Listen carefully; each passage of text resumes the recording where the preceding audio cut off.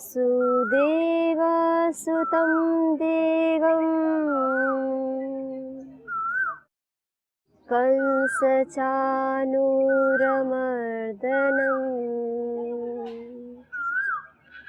देवकी परमानन्दम् नमामि योगेश्वरम् नमामि योगेश्वरम् नमामि योगेश्वरम्। श्रीमद् भगवद गीता के 12वें अध्याय भक्ति योग का हम सभी स्वाध्याय कर रहे हैं। जैसा कि इस अध्याय का नाम ही है भक्ति योग, अर्थात इस अध्याय में भक्ति की महिमा का वर्णन किया गया है और किन साधनों के द्वारा एक साधक अपने जीवन में, अपने हृदय स्थल में, हृदय पटल पर भक्ति को स्थान दे सकता है, उन साधनों का यहाँ पर वर्णन किया गया है। तत्पश्चात जिनके जीवन में ये भक्ति प्रतिष्ठित हो जाती है, उनका जीवन कैसा होता है, उसका भी वर्णन इस 12वें अध्याय अर्थात भक्ति योग में किया गया है। तो जैसे हम कह रहे हैं भक्ति योग, तो भक्ति कैसे प्राप्त होती है, इसका बहुत ही अच्छा वर्णन करते हैं गोस्वामी तुलसीदास जी। बताते हैं कि बिनु विश्वास भगति नहीं, तेहि बिनु बिन न रामु, राम कृपा बिनु सपुने हूँ, जीव न लेहु विश्रामु। तो भक्ति की महिमा का वर्णन करते हुए गोस्वामी जी बताते हैं कि बिनु विश्वास भगति नहीं, तेहि बिनु मिलहु न रामु। अर्थात गोस्वामी जी बता रहे हैं कि देखो, जब तक आपकी ईश्वर परमपिता परमात्मा में विश्वास नहीं होगा, तब तक कहते हैं भक्ति नहीं मिलती है। अर्थात हमारी प्रीति, हमारी भक्ति परमपिता परमात्मा के प्रति नहीं होती है। फिर आगे ही बताते हैं, और जब तक उस परम पिता परमात्मा के प्रति भक्ति नहीं है, तो कहते हैं कैसे फिर वो भगवान कैसे आपके प्रति कृपा करेंगे, अर्थात कैसे पिघलेंगे वो राम। तो कहते हैं राम कृपा बिनु सपुने ही न। अर्थात अगर किसी के ऊपर अगर उस परम पिता परमात्मा की कृपा नहीं है, तो कहते हैं कि उस कृपा के बिना इस संसार में कोई भी मनुष्य विश्राम नहीं ले सकता है। अर्थात बताना चाह रहे हैं कि अगर मनुष्य को सच्चा कोई विश्राम मिलता है, तो वह केवल और केवल उस परम पिता परमात्मा की शरण में आकर ही मिलता है। आप संसार की कोई भी उपलब्धि प्राप्त कर लीजिए, अगर हम उस परम पिता परमात्मा की शरण में नहीं है, तो जीवन अधूरा रहता है। तो उसी की ओर हमारा ध्यान दिला रहे हैं गोस्वामी तुलसीदास जी। बता रहे हैं कि भक्ति की हमारे जीवन में, अर्थात हमारा पूरा का पूरा समर्पण परम पिता परमात्मा के प्रति हो, तो उसका हमारे जीवन में कितना बड़ा स्थान है। तो और जैसे वेद में एक मंत्र भी आता है कि कहते हैं, वहाँ पे एक मंत्र बताता है कि समस्त दुखों का कारण केवल और केवल क्या है, ईश्वर को विसराना ही है। अर्थात जब मनुष्य अपने अहम के कारण, हालांकि वह तो हर पल हर क्षण है, लेकिन जब मनुष्य अपने अहम के कारण, अपने अज्ञान के कारण, अपने मिथ्या ज्ञान के कारण जब उस परम पिता परमात्मा को भूल जाता है और सब कुछ अपने आप को ही मान बैठता है, तो कहते हैं फिर तब वो केवल संसार में ही रम जाता है, उसकी ओर निहारता तक भी नहीं है, उसको स्मरण याद भी नहीं करता है, कृतज्ञता तो दूर। तो बताते हैं, तो फिर तो कहते हैं यस्य छाया मृतम यस्य मृत्यु। अर्थात जिसकी छाया अर्थात जिसका स्मरण ही मनुष्य के लिए एक मोक्ष के समान है, सुखमय है। और फिर कहते हैं जिसको स्मरण ना करना, जिसको याद नहीं करना क्या है, वह एक मृत्यु के समान है। तो ऐसा हमारा वेद भगवान भी हमको बता रहे हैं और गोस्वामी तुलसीदास जी बता रहे हैं कि एक मनुष्य के जीवन में भक्ति की कितनी बड़ी महिमा है। अर्थात भक्तिहीन मनुष्य कभी भी विश्रांति को प्राप्त नहीं कर सकता है। और कैसे कहते हैं, राम कृपा बिनु, अर्थात जब तक उस परमपिता परमात्मा की कृपा हमारे ऊपर नहीं होगी तब तक मनुष्य कोई भी विश्राम नहीं पा सकता है। कहते भी हैं कि अध्यात्म ही एक सच्चा विश्राम होता है। अर्थात कहने का अभिप्राय है कि इस परम पिता परमात्मा की शरण में आकर ही मनुष्य सच्चे विश्राम को प्राप्त करता है। तो गोस्वामी तुलसीदास जी ने बताया कि मनुष्य के जीवन में भक्ति की कितनी बड़ी महिमा है। तो इसी रामचरितमानस में एक प्रसंग चलता है। उस प्रसंग में काग भुसुंडी जी होते हैं। वो मर्यादा पुरुषोत्तम भगवान श्री राम से पूछते हैं कि हे राम, हे नाथ, कृपा कर मुझे ऐसा बताइए कि आपका संसार में कौन प्रिय है। अर्थात वो पूछना चाह रहे हैं कि जो आपका प्रिय होगा फिर मैं ऐसा ही आचरण करूँगा, फिर मैं भी आपका प्रिय बनना चाहता हूँ। और पूछते हैं कि आपको प्राप्त करने का क्या साधन है, अर्थात आपकी भक्ति के क्या साधन है। ये सारे के सारे प्रश्न पूछते हैं काकभुसुंडी। तो देखिए, बड़े ही सरल सहज शब्दों में मर्यादा पुरुषोत्तम भगवान श्री राम कहते हैं, मोहि जगत प्रिय संतत अस विचारे सुन काग, कार्य वचन मन मम करे सौ अचल अनुराग। तो बता रहे हैं कि हे काक सुनो, मुझे इस संसार में कौन प्रिय है। तो कहते हैं, हे काक, मुझे इस संसार में जो मन वचन कर्म से अटल होकर, अर्थात अविचल निरंतर संपूर्ण अपना कार्य, अपना जो उसका उत्तरदायित्व है करते हुए, लेकिन उसका मन केवल और केवल मेरे चरणों में रहता है, केवल और केवल प्रभु के चरणों में रहता है, तो कहते हैं वही भक्त मेरे को प्रिय है। अर्थात उसी को ही मैं अत्यंत प्रिय मानता हूँ कि जो इस संसार में रहते हुए जिसका चित्त मेरे में लगा हुआ हो।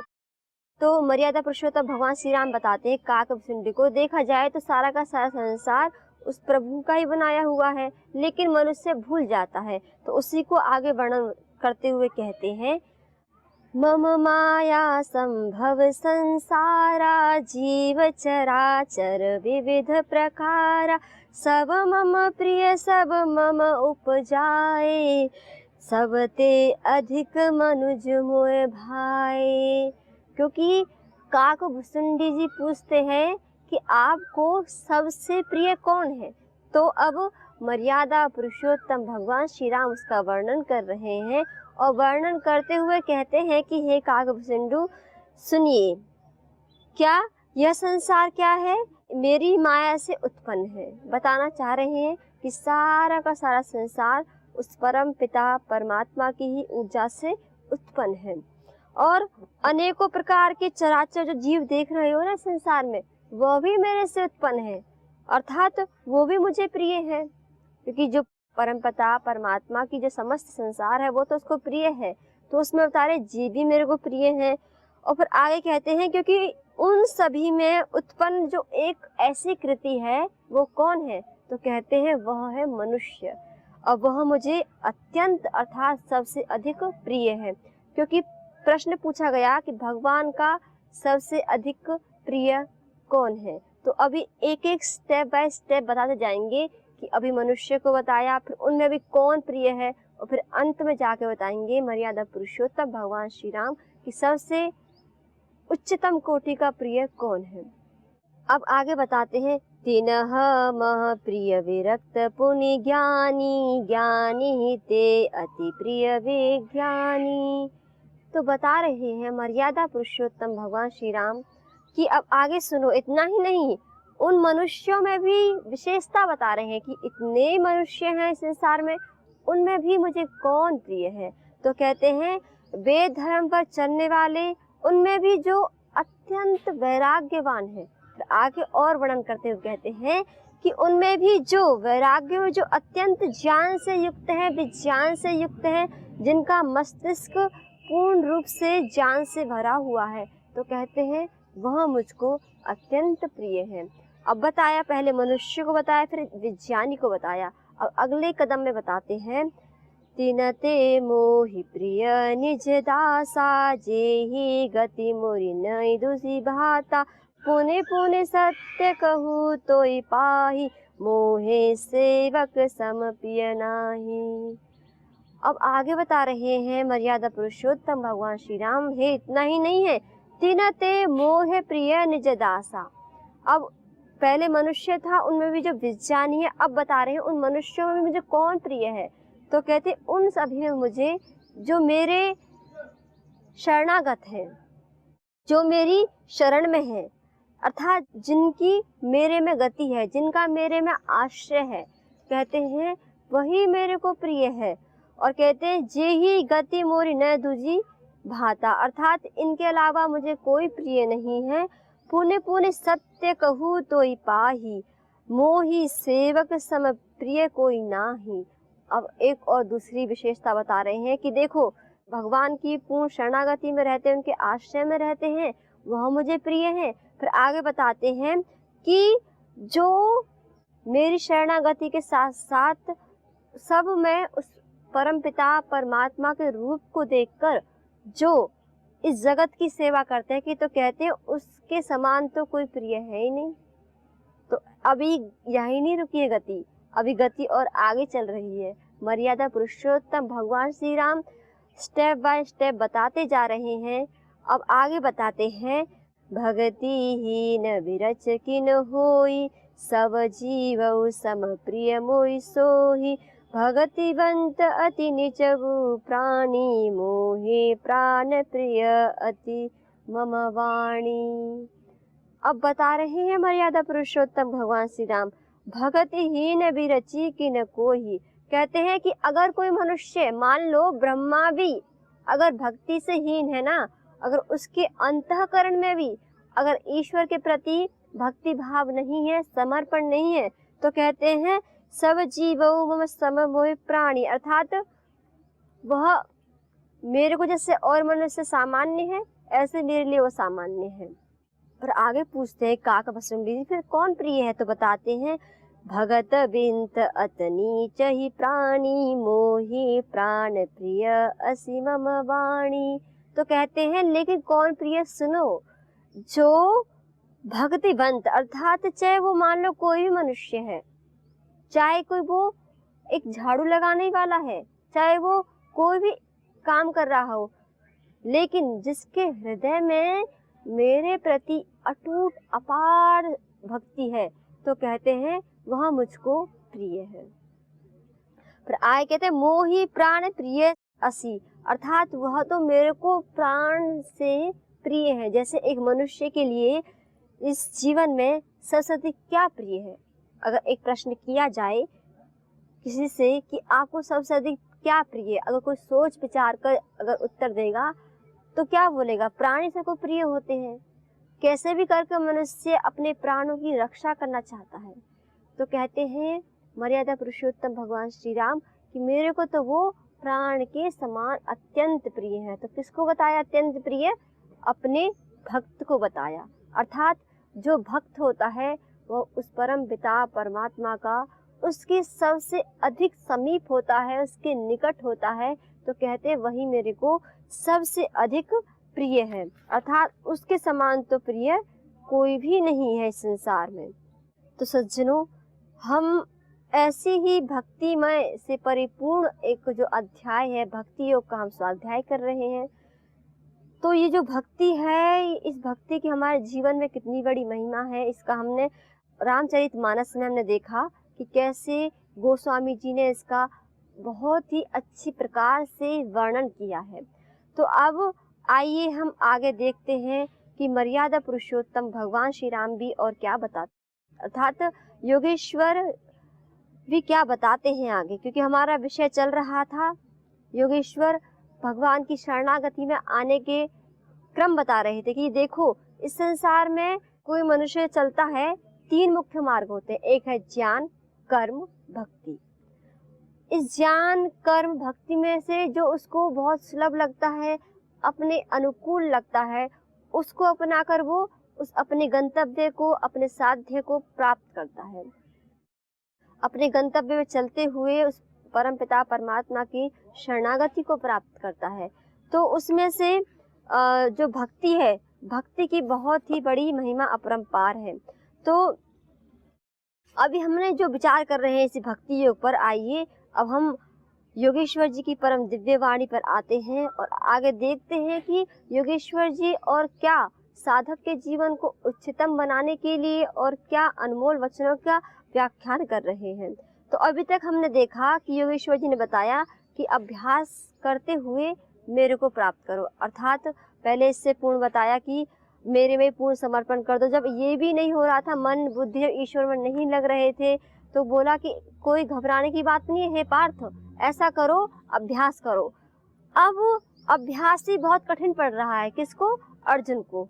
तो फिर क्या कहते हैं योगेश्वर जी? तो कहते हैं सुनो पार्थ, घबराने की आवश्यकता नहीं है।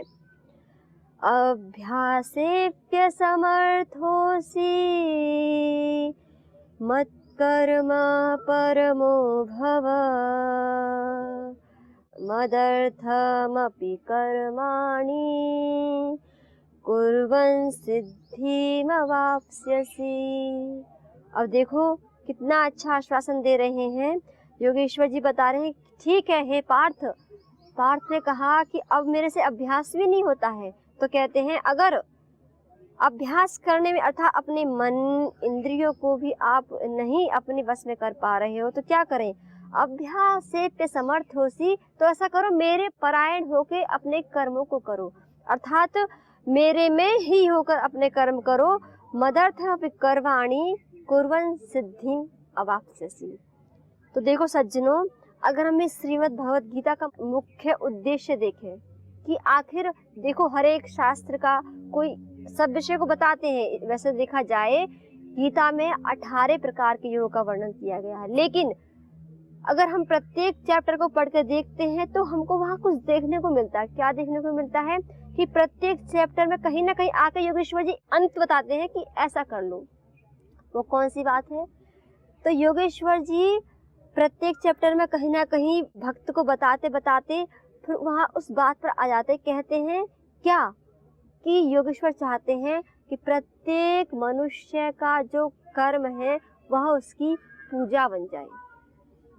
इस श्रीमद् भगवद गीता का मुख्य उद्देश्य यही है कि मनुष्य का जो कर्म है वो उस परम पिता परमात्मा की आराधना बन जाए।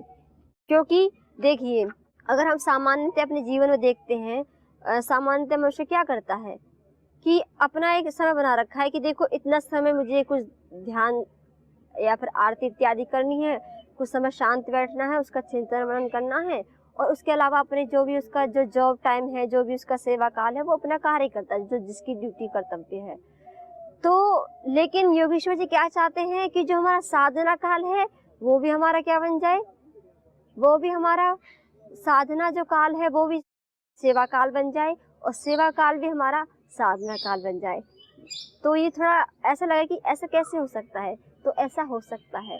ऐसा हमको प्रमाण हमारे ऋषि मुनियों के द्वारा हमको देखने को मिला है, शास्त्रों को पढ़ के मिला है कि ऐसा मनुष्य जीवन जी सकता है कि उसका साधना काल और जो वो अपना कार्य कर रहा है सेवा काल, दोनों एक हो जाएं, अर्थात भिन्न भिन्न ना रहे। तो योगेश्वर जी बस बार बार इसी की ओर ध्यान दिलाते हैं कि कैसे एक मनुष्य का जीवन अर्थात उसके जो कर्म है उस परम पिता परमात्मा की वह उसकी पूजा बन जाए, अर्थात निष्कामता असंगता जो मुख्य ये जो उद्देश्य है ये गीता का है कि मनुष्य संपूर्ण कर्मों का निष्पादन तो करे, लेकिन कैसे करे? तो कहते हैं उन कर्मों का निष्पादन मनुष्य करे पूर्ण भगवत शरणागति में रहते हुए। देखो सज्जनों, कुछ मनुष्य होते हैं सिर्फ सुन लेते हैं, उनको लगता है ठीक है ये बातें केवल और केवल शास्त्रों में लिखी है वहीं तक ठीक है, लेकिन जो साधक अपने जीवन को निरंतर देखते जा रहे हैं और अपने जीवन को देखते हुए अपने जीवन में कुछ सुधार, कुछ सद्गुणों का जो उद्घाटन कर रहे हैं, उनके लिए बहुत लाभदायक है। तो जिनका कुछ उद्देश्य है, जिनको लगता है कि अभी हमें अपने मन से इन दुर्गुणों को दूर हटाना है, इस सद्गुणों को लेके आना है, तो उनके लिए शास्त्र अत्यंत सहायक हो सकता है। तो हम देख रहे थे कि ये जो है योगेश्वर जी का मुख्य उद्देश्य है कि मनुष्य का जो कर्म है वो उसकी पूजा बन जाए।